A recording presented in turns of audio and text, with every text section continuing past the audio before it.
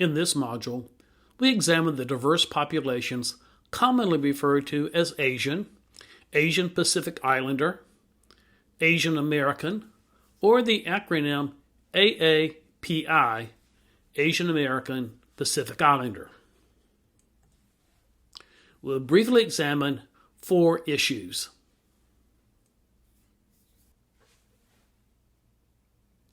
The term Asian covers highly diverse populations that are not connected by a common language, religion, or custom. The 24 million Asian Americans have connections to over 20 different countries. Asians have connections to multiple religions.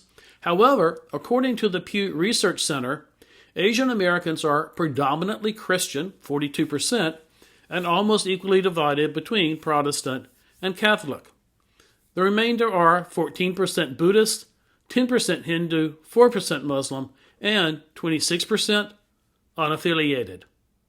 Most of the Asians in the U.S. come from 6 countries, but another 15 countries make up 15% of the population. We do not hear much about undocumented Asians, but there are about 10.5 million, according to the Pew Research Center. 3 countries of origin have over 4 million people in the United States. Chinese Americans are about 24% of the Asian population, or 5.4 million people. Indian Americans are next at 21%, Filipinos, Vietnam, Korea, and Japan.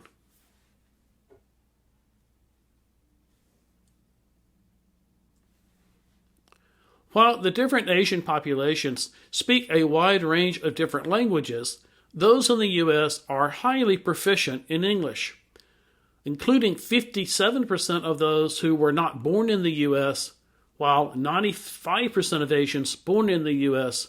are proficient in English. Asian populations are growing, but the absolute number remains about 1/3 that of the Hispanic Latino population. However, by 2055, Asians are expected to surpass Hispanics in the U.S. On average, Asian populations have been highly successful economically, with a median household income that rose above that of white households in 1989, when data was first reported by the Pew Research Center. That gap has grown in recent years, with median Asian household incomes exceeding $100,000. Asian income is 84% higher than black household income and 78% higher than Hispanic families. Averages can be misleading, obscuring important differences. The term Asian itself is a kind of demographic average. When income in Asian populations are disaggregated, a different picture of Asian success emerges. The Pew analysis on this slide is based on data from 2017 to 2019. Indians have an income that is more than 30% higher than any other Asian population. The only other group with an income equivalent to white households is Filipino.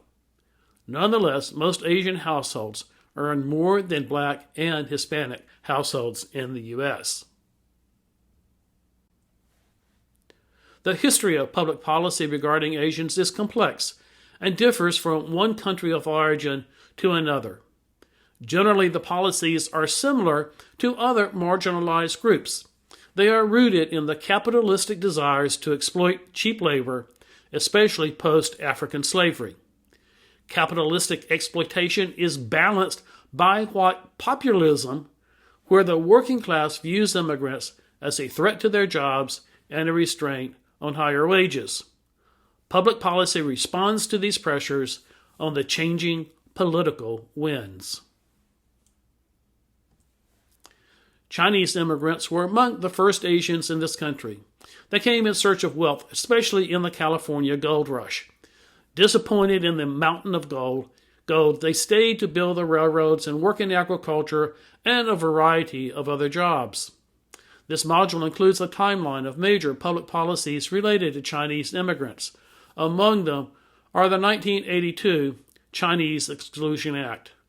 It prohibited Chinese manual laborers from entering and prevented Chinese immigrants from attaining U.S. citizenship. However, merchants, diplomats, and students could still enter. In the United States versus Wong Kim Ark in 1998, the Supreme Court ruled that someone born in the U.S. is a citizen of the U.S. under the 14th Amendment, even though their parents, in this case Chinese immigrants, were banned from becoming citizens themselves. Having been the object of Asian discrimination for the better part of the century, World War II shifted U.S. animosity from Chinese immigrants to Japanese immigrants. In 1943, the Chinese Exclusion Act was repealed as part of an effort to build alliances with China in opposition to Japan in World War II. Japanese came into favor as the Chinese went out of favor, and then they flipped again. As noted, World War II was a turning point with the Japanese attack on Pearl Harbor. This attack resulted in a massive roundup of 70,000 U.S. Asian citizens and 52,000 additional residents based on their Japanese heritage, all in violation of multiple constitutional rights. In the hysteria of the war, the violations were even sanctioned by the same Supreme Court that was simultaneously beginning to dismantle the Plessy case that sanctioned discrimination against African Americans. The people who were rounded up modeled the American dream by working hard, playing by the rules, achieving success, and then having it all taken away from them. The plight of Japanese Americans was documented by two of the most acclaimed photographers of the 20th century. Ansel Adams, shown picturing one of the internment camps on the right, and Dorothea Lange on the left, picturing some of the children before they were rounded up and shipped into the camps. The types of discrimination that different groups experience varies. In this poll by Pew Research, we see that Asians experience the highest incidence of fear of attack and racial slurs and jokes. The fear of attacks is based on increasing incidents. COVID has elevated anti-Asian hate since 2020.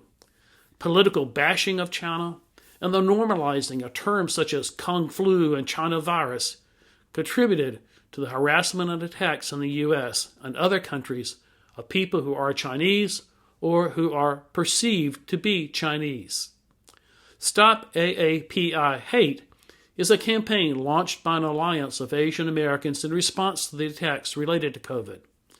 The statistics on this slide are from their reports. Over the last 2 years, there have been over 10,000 hate incidents. 42% occurred in 2020 and then increased from 4,600 to 6,200 in 2021.